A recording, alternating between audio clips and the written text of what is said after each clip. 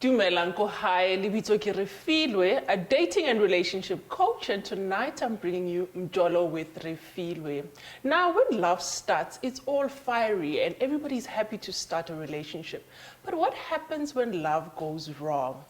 I am not alone. I've got two guests in studio who will be unpacking this with us. Welcome to the show, Tebogo and Des.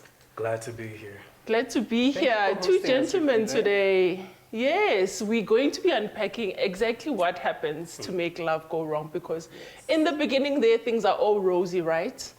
Can you tell us an experience where you felt like, this has taken a wrong turn, Tebogo? Sure, Refilwe. It was when I was staying with my partner. And then it was a very toxic relationship. It was very abusive. We were both abusing each other, actually. So when it started, it was when I saw signs that he's cheating on me. But he denied everything, you know. And I was also cheating on him. You know, I slept with his friend in our apartment. For real, you know.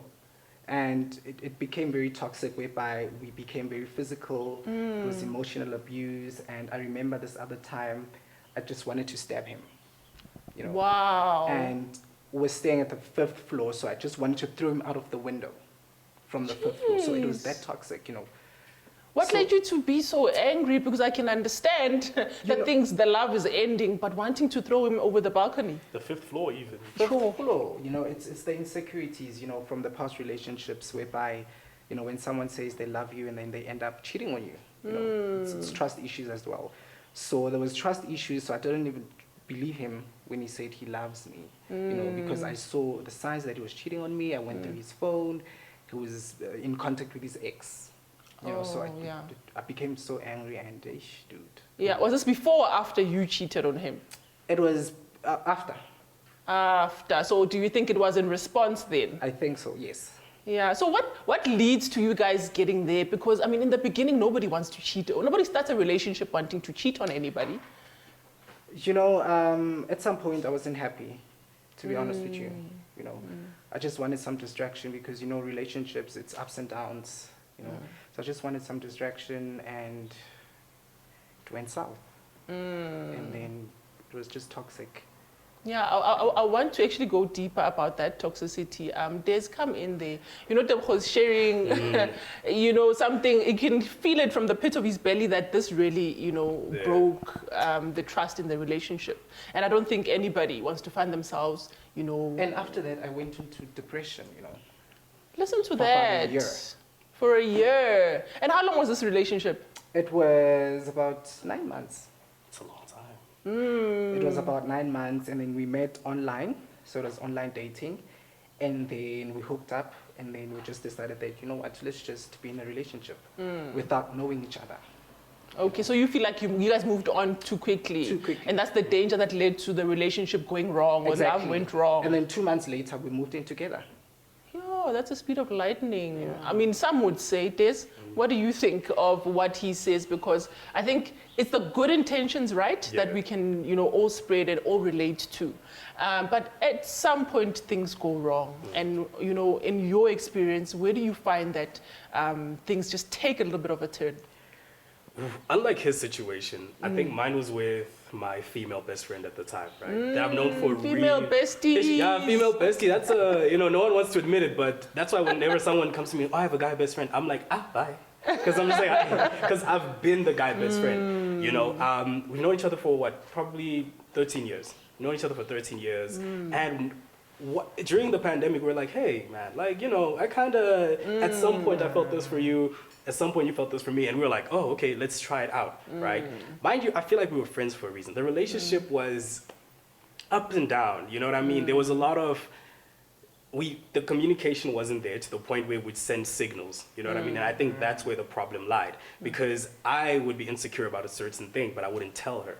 So instead of telling her, I would apply pressure and show her what other girls are doing for me. Whoa. Right? Okay. And, you know, I would make sure, it was so bad. I'm so ashamed. Mom, if you're watching this, it's not me. But I would like mute everyone on my status and keep her on so that she's the only one that sees, you know, I'm applying pressure here. I want to show you what these girls are doing for me. It was so bad. And then she would play the same game.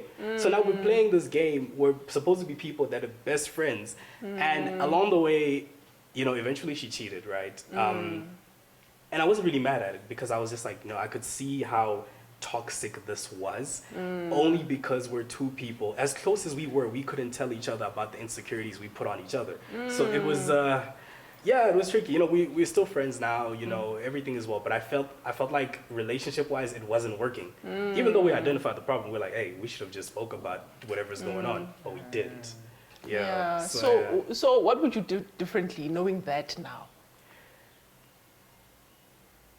Yeah, no. I think just the conversation.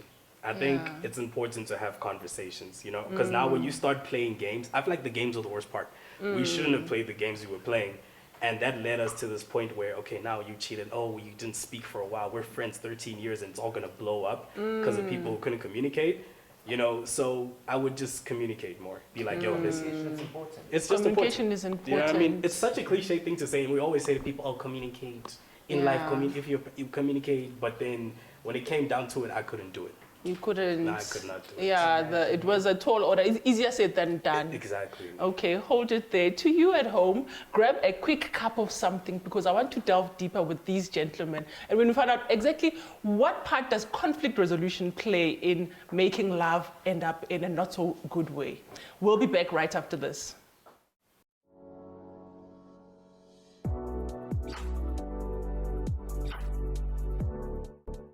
Welcome back to Mjolo with Refilwe, a show that's in your love life and coming to you in your living room. Now tonight we're talking about when love goes wrong.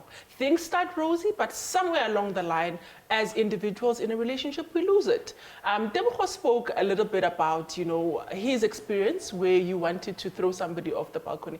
I want to explore those feelings, Tebogo, because a big thing here that comes up when we are faced with trouble is, are we in a position to solve our conflict confidently as a people, especially as lovers, where we really should? Can you please rephrase your question again, my love? Do you think our conflict resolution skills, do you think we solve our problems easily or we run away from them as couples? Honestly speaking, we run away from our problems, you know, because we don't want people knowing about your dirty laundry. You understand? So we run away from our problems, and like I said, communication is very important. In a relationship, we don't communicate. So if I don't communicate with you, obviously I'm going to go and cheat. Because you feel closed off to your partner. My point exactly. And when you wanted to like really be physical and, you know, violent with this person, can you tell us a little bit more about what kind of thoughts and feelings were there? Honestly, I don't know what was going through my mind when I did that, you know, because I was very angry and I loved this guy wholeheartedly, you know, because I used to do everything for him. I was always there for him, you understand? So now when he was cheating on me and when I was also cheating on him, it was just something else, you know.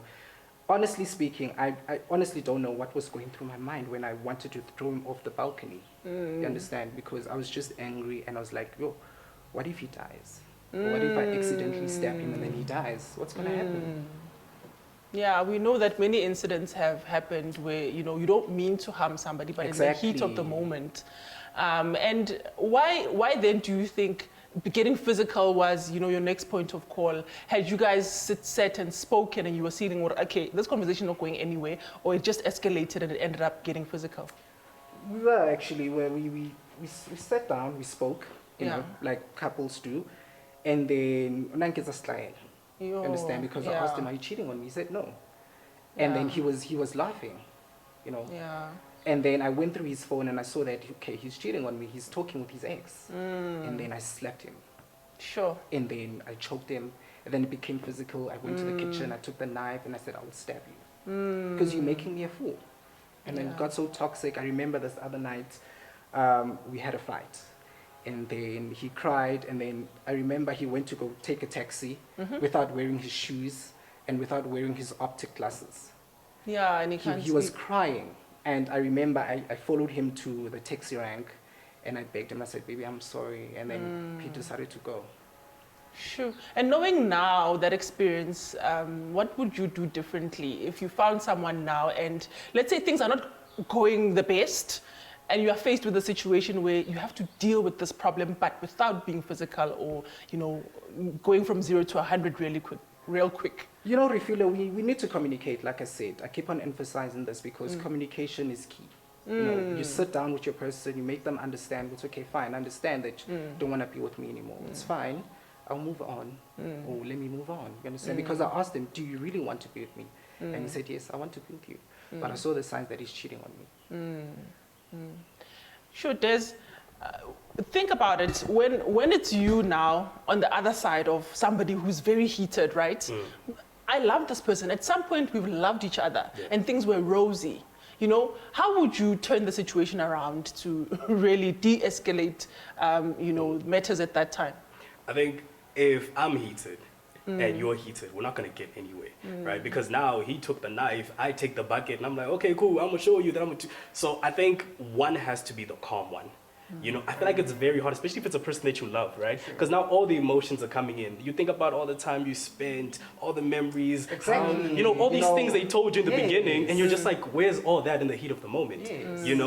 So I think you have to go back to those memories, right? And be like, yo, if you really want to continue with these, this fight is not going to help unless you calm down. And I feel like telling another, when you were angry and you had the knife, if he told you to calm down, what were you gonna do? Yeah, telling somebody to calm down is a trigger. I know. If he said, no, baby, calm down, you're probably gonna, you know what I mean? Yeah, so, true. I don't know, there has to be, you speak calmly, right? And at that point, you need to be conscious of the situation. Because if you see that this situation is heated and you don't deal with it properly, it's going to end with one of you out the balcony, right? Or both. So you have to be conscious of the situation, be like, this is the only way, and you have to calm down. You have to reason with the person. Give them time, give them their space. Everybody has their own way of dealing with things, right? If he needs to shout at you, let him shout at you. If he needs to punch something, let him punch the bed. Let them release so that when they get to the point where you can sit down, you can have this conversation and be like, hey, this is what we're doing, this is how I feel, this is how you feel, and we can walk through it.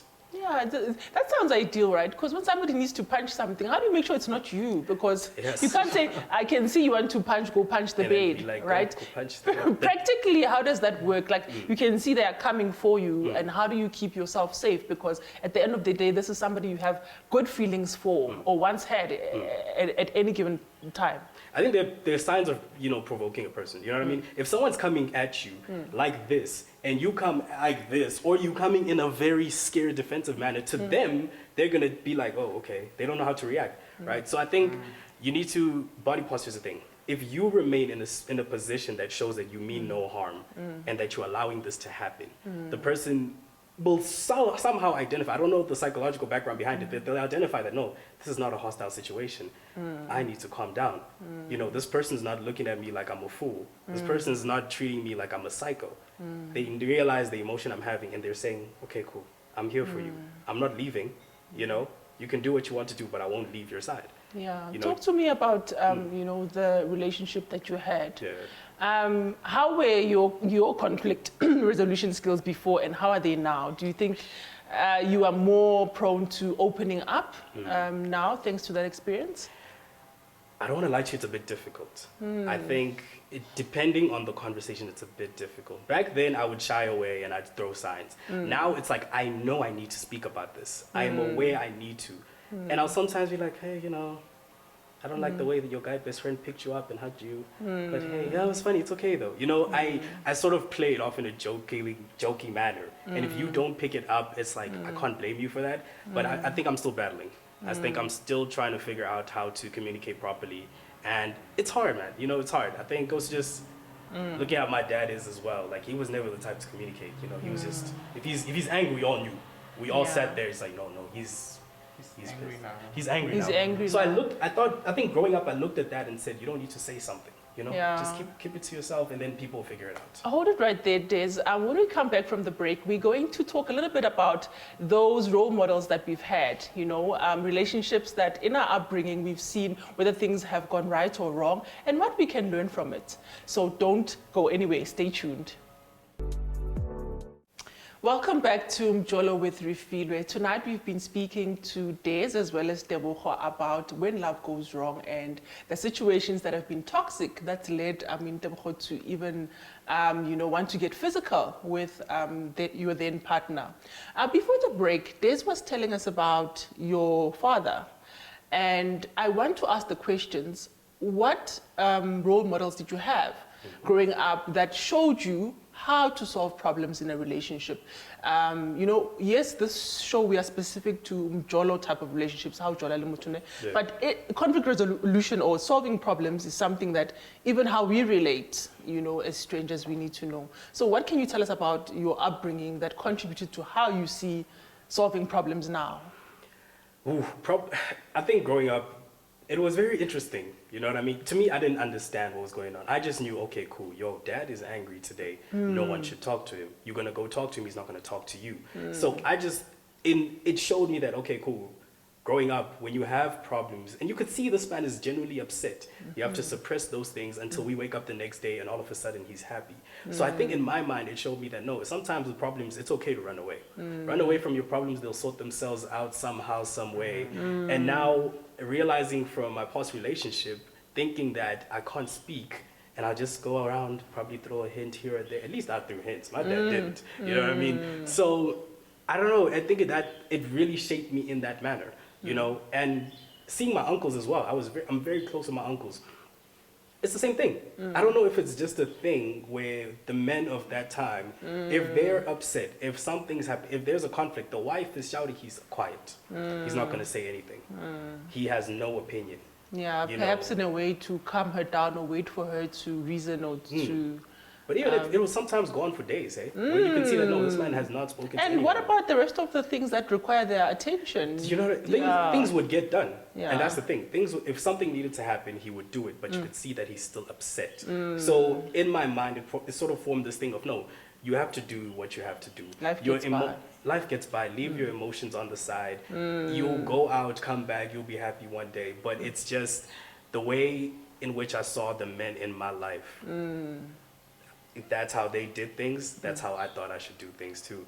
And clearly that's not the case. Do you aspire to do better? I do. I really aspire to do better. I'm really trying. I'm very open with people that I speak to now that, look, I struggle with communication, right? It's not your fault. Never feel like it's your fault that you can't bring it out of me. It's just a thing that's been with me. Some people understand it, some people don't, and that's okay, But I'm very open about how I have problems with communicating. I love that because when one takes accountability, that's half the problem won, right? And Tebogo, you spoke about your relationship ending and you going into depression for a while. How are you doing today? Well, I'm still depressed. Honestly, I am. I'm still depressed because I loved that guy so much. The way he left, I don't know why he left. Because I was working night shift that day when he left. So he's a teacher. So he came back early and then he just packed everything from our apartment.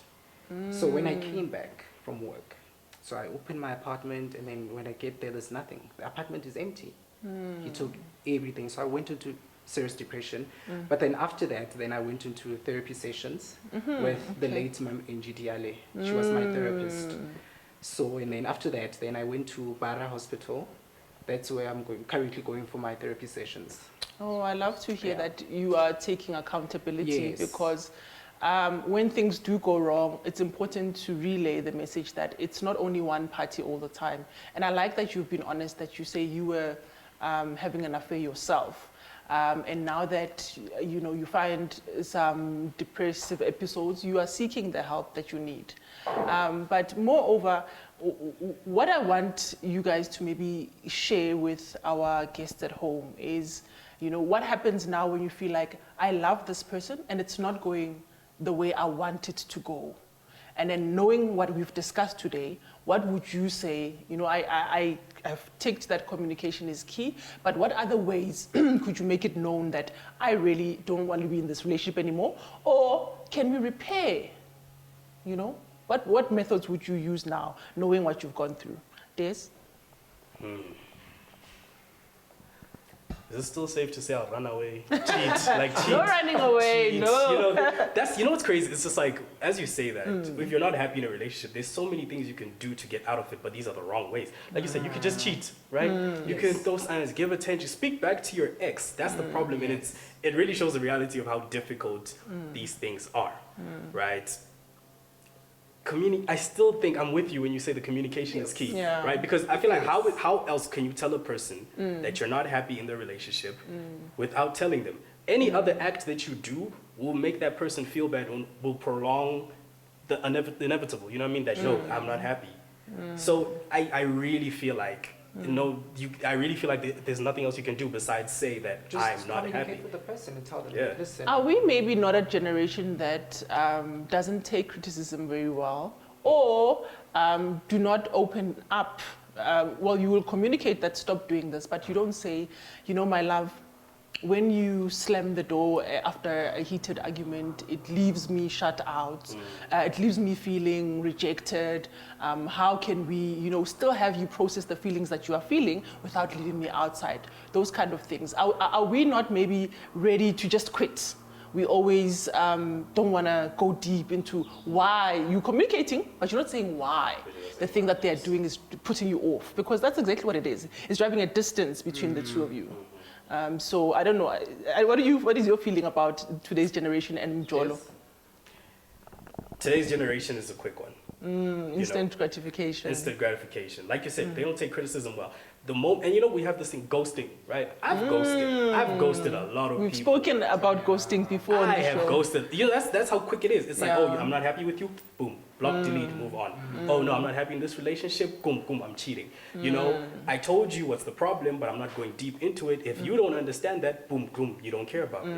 It's a very, very quick generation, right? And I think literally we need to slow it down. And the problem with slowing it down is that you get in depth. Now you're breaking down walls, you're being vulnerable. It's just these layers that... It's a lot. I understand that it's a lot for a lot of people, So it's tough. It really is tough. It's but how do you still end up, coming back? Because, no man is meant to be by themselves. You ultimately want to win.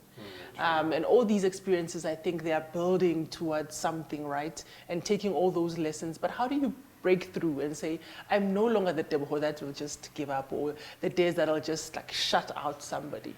What are the things that I can practically do to grow closer to my loved one without really feeling like, okay, I did this, now it's your turn. Sometimes we do it with expecting things back. That's true. Yeah. So how do you really come back? Because this Mjolo game, it needs resilience, right? Dude. But that will hurt. Yeah. So I think you need to do a self-introspection just about yourself. What is it that you want? And self-introspection. Yeah, introspection can be very hard for a lot of people that don't like to spend time with themselves. Yeah. And I think that's a major thing too. Spending time with yourself allows you to understand yourself, know who you are, the things you've done in the past, and also 100%. identify that, no, these things I need to change, right? And then seek out help. It's always good to ask for help, especially from, people like Rafiwa here, relationship coach. You know what I mean? They know better. Yeah. Asking for help is important, especially from people who are in relationships, marriages, so on and so on, because they do know things that you might not know at the time. To you at home, you've heard what our gentleman had to say in studio about communication and asking for help. Now, we all know that love does take a wrong turn somewhere, but with all relationships that matter to us, I would advise you to learn repairing skills, reconciling skills, because at the end of the day, you don't want to go through relationship after relationship or losing valuable people in your life because you've told yourself that you can't be told, or that when people give you feedback, it's hard for you to receive it. If you want a long-lasting relationship, then the person you have to start with is the relationship with self, so that you can sustain the relationship with others. Now, that is all we have time for on Mjolo with Refilo this week. Catch us again, same time, same place next week. Hi, Beboroko. Yeah.